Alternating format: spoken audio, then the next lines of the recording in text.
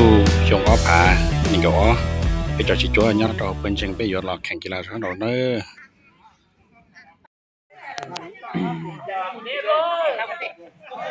哎，老人家没有 อ้าว 工 คุณจะเลย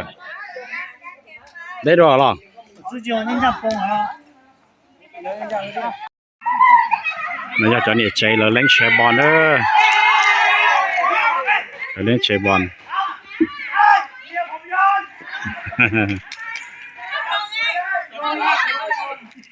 นายเลยพูดเตะเชียร์บอลนั่นนะอยาก人家工哎，啊，来了，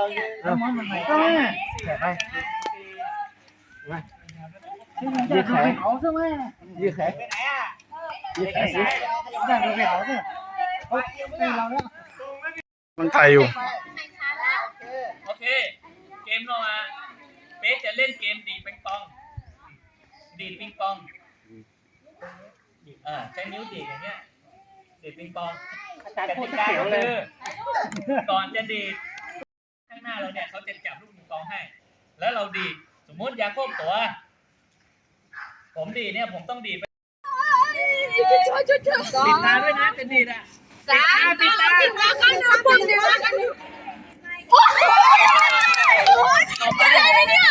ดตาหนึ่งข้างปิดตาหนึ่งข้าง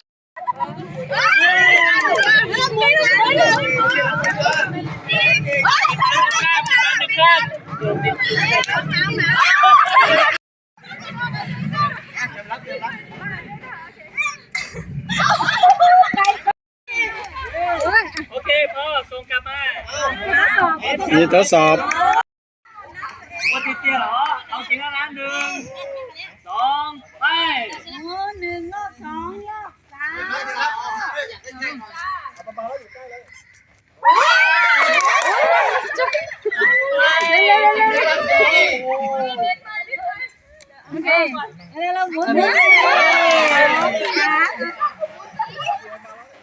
เด็กๆลงลูกเฮ้ย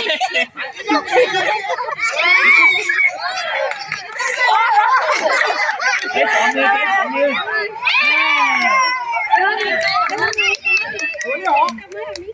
ปิดตาด้วย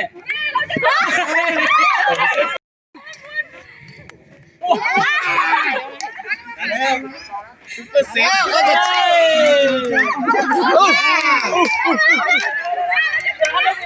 ปิดตาเฮ้ย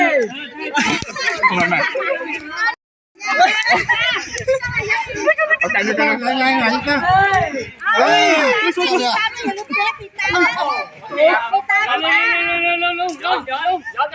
กูย้อนอีกไม่ต้องห่วงตรงสุดยอด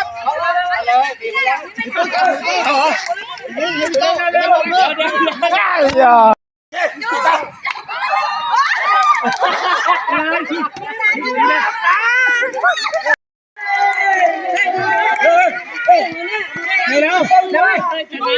ชนะแล้วนะเอ้าช่วยตู่อีกรอบนึงพี่แจ๊ดีพี่ตั้งเอ้าเหลือคนนึงไม่ใช่เหรอ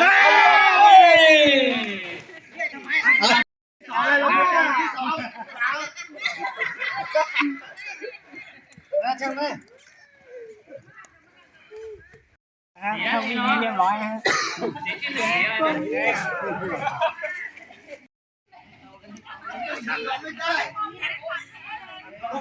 ด้วยไหมมันอ้อมเยอะเอาเตี้ยเราทดสอบเตี้ย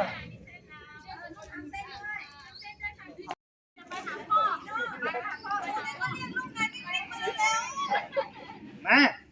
ไม่ก็ไม่รู้มา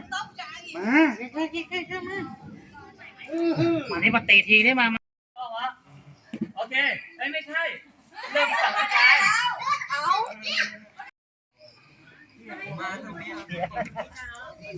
เป๊ะเองวะเนี่ยเป๊ะเองเนี่ยจ้ากูห้ามกูเชื่อเนาะ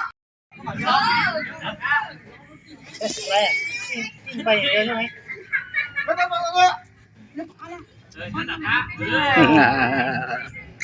เอาทำมันเท้าเลยทำมันเท้าเลยเท้าดิวิ่งไปเหรอเดินมั้ง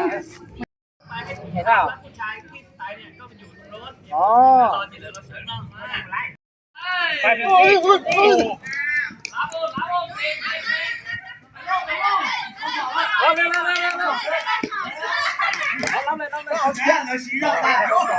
ียนทดสอบทดสอบเฉย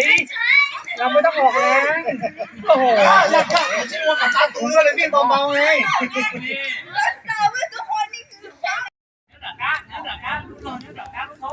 เฮ้ยจะโกงเลยโกงอย่าโกงอย่าโกงใส่ผ้าใบจะโกงอยู่ทั้งคนกลัวทำไมยิ่งเย้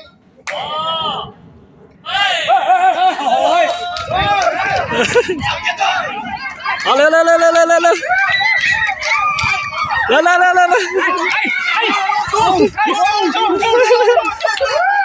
าพี่เซ็น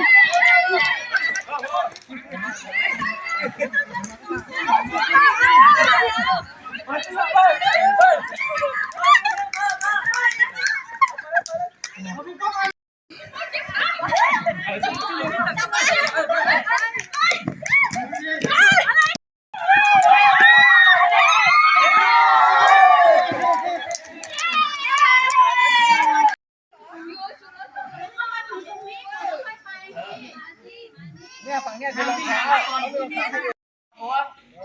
แล้วก็เริ่มใหม่วิ่งออกมารับนะต้องไปให้ถึงที่แล้วเรานะครับ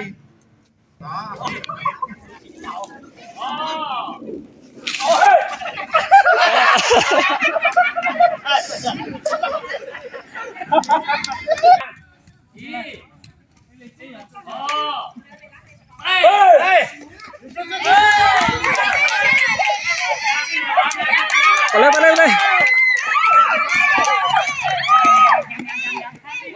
เอา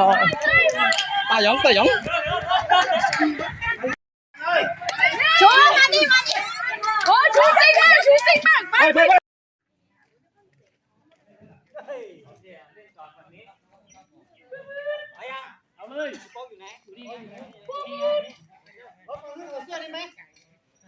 ไม่ต้องหลอกจำทีมตัวเองเอา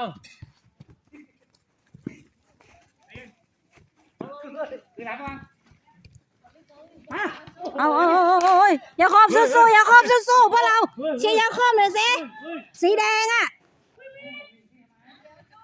สีแดงสู้สีแดงสู้ตายสีแดงสู้สีแดงสู้โอ้พ่อสู้พ่อโอ้ผิวมากครับโอ้โอ้ยพี่ป๊อบยิงอย่าถูกมูเสือหนาตึงอ่ะไอ้ปลิงไปย้อนหนึ่ง ดูเด็กเร็วพี่ป๊อบโอ้อาจารย์โมโหอาจารย์อะไรโมโหเนี่ยอาจารย์ยังไม่ทันหลบเลยเบาอาจารย์แค่เอาให้โดนเฉยๆไม่ได้ให้เข้าอย่าให้เสียชื่อๆอย่าให้เสียชื่อ การดูอยู่การดูอยู่ ไม่ได้ทำอะไรเลยฟ้องมา เอาไปต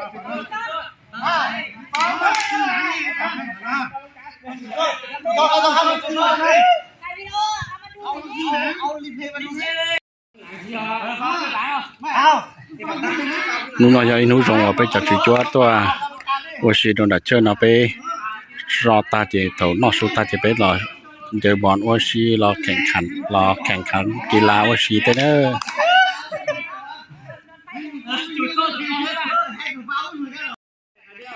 ข้างในสิต้องไปที่กกตก็ต้องภาพตายอยู่อย่างนี้โอเคเลย การส่งมาตรฐานนี่ไอ้ยังก็กกตมันขายของเก่งนะการเลือกตั้งเหรออ๋อเหรอ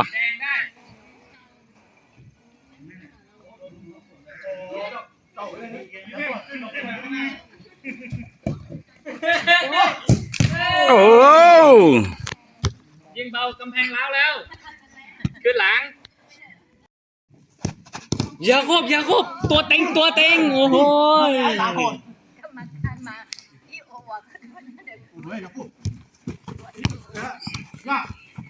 ไปแล้วครับไปแล้วครับไปแล้วไปแล้ว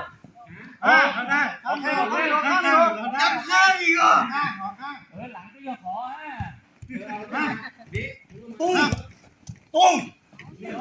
อออกเฮ้ย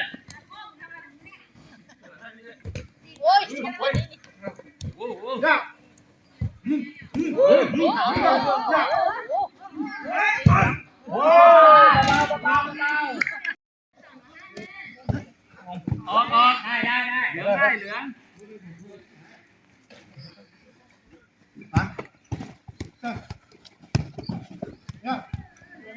ยิง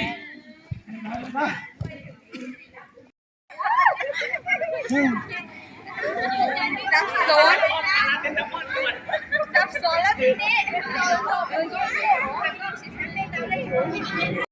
nó nói giờ nó rong ấy bây giờ chỉ cho lên số tụ phải lên rong xe tua và xí đó cái đó là chơi nó cho nó tiêu trống tụ đấy chỉ mới từ sáng một chạy kia nữa cho nó mà từ chỉ mong tao trống tụ lại bây giờ và xí chỉ tao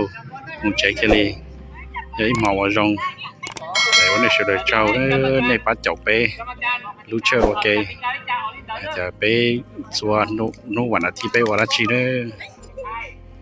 ก็จะมี1 คนปัดแต่คนปัดมันไม่มีเขตพื้นที่ให้ด้วย ก็ใช้รองเท้าสิอาจารย์ วิ่งปัดกันเองนะ ไม่ต้องเป็นคนปัดก็ได้ เพราะว่าคนน้อยสนามมันใหญ่ nó do lúc xí hở và bé tí và tất cả những nhớ qua nhà trẻ bé tí và so đó trẻ cho nhà trẻ là họ lấy nhập ra xứ trẻ bé và một so lại bây giờ nhà qua nhà trẻ đó bây giờ chỉ cho nhớ thầu bên trên mong cùng thêm là chỉ mong bánh con đó nè bé tụi sư cho tụi ăn cá lú và bòn tỏ nó rồi bây giờ tụi sẽ cho bé cho thầu bánh con nó để thọ nàyฝากกดไลค์กดแชร์กดติดตามเราไปเที่ยจะรีพอร์ตไปว่ากิจกรรมชัวร์ๆชัวร์ๆนู่นอาทิตย์เลยแล้วอยากจะเนี่ยใจเราเล่นแชร์บอลเด้อเล่นแชร์บอล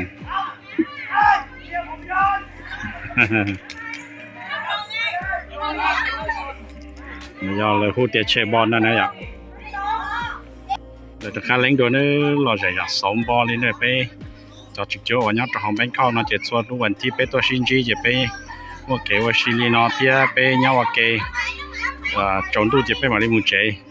เราจะเกินเขาเลยเนี่ยเราจะจอดเนี่ยเจว่าเลยเงาว่าเกเราเขารู้ตรงเป็นเข้าเราจะเท่าวันอาทิตย์จะเลยชัวร์เดิมไปเล่นชอเขาหรือชัวร์เดิมไปเล่นตัวการเชิดว่าเกขนาดว่าชิลีนอเนี่ยว่าตัวนี้ใช้เลยเนาะ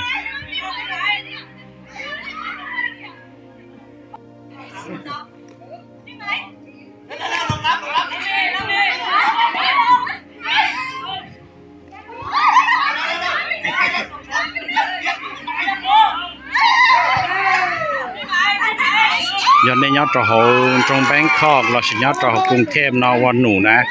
ในปอไปรู้เชิดเนาะเทียในอยากจอนจริงเราchỉอยากจริงๆก็สิอันนี้สัตว์ตัวกงไปนะเจนี่ฮะกดไลค์กดแชร์กดติดตามไปอันนี้ที่รีปอไปว่าชิลีเนาะเทียมั่วชื่อเหรอในต้นเราไปเนาะว่าชิเราไปชิโตรงเด้อไปอยากจอดจิโจ้ยังมองตันเท่าที่ชิลีเนาะเราเปิดจริงมองกรุงเทพนั่นนะอยากไปnhà trâu cùng trên nó chạyไปmua sự hợp qua hữu lượng nhà trâu nuวันจันทร์เสาร์วันศุกร์นะอยากแต่ยานูวันเสาร์วันอาทิตย์จะไปก็ตัวชิลีเนาะแต่ยาในยอดใจtrâu cùng thêm nóในสามตัวกงไปที่เรากูติดตามไปนะไปมัว Facebook ที่ไปมัวว่าเพจตัวในติดตามที่ตัวกงไปเราเตาไปญาติเขตลาดกระบังนะ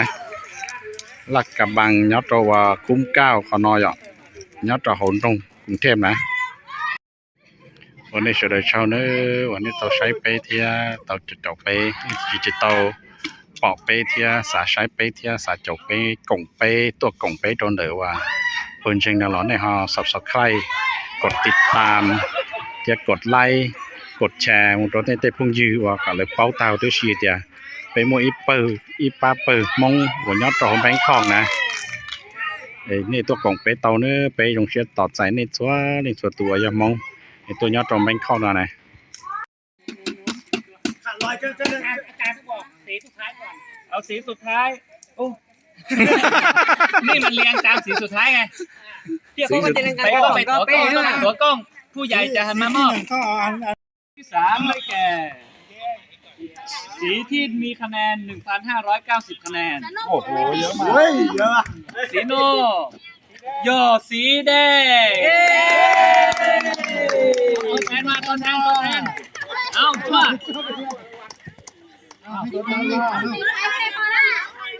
สีแดงเชื่อไม่อยู่จริงเหรอ แต่ร่มนู่นกล้องนู่น เห็นมีมานี่ ไม่มีถ่ายอ่ะถ่ายวิดีโอ เป็นไรไต่ออง พอแล้ว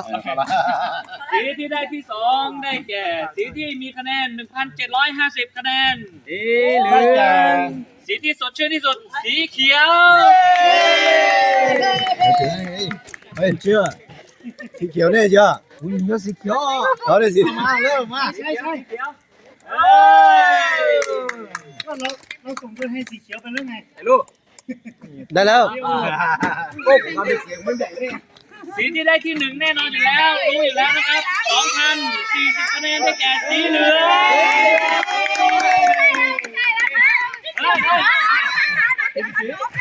เอาเลยได้แล้ว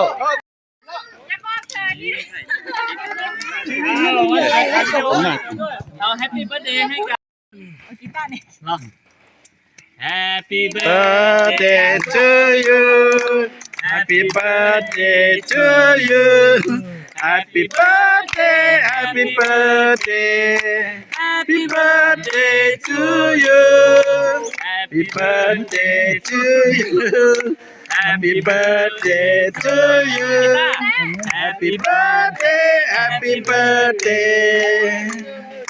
Happy birthday to you ป่า โอเคเร็วๆ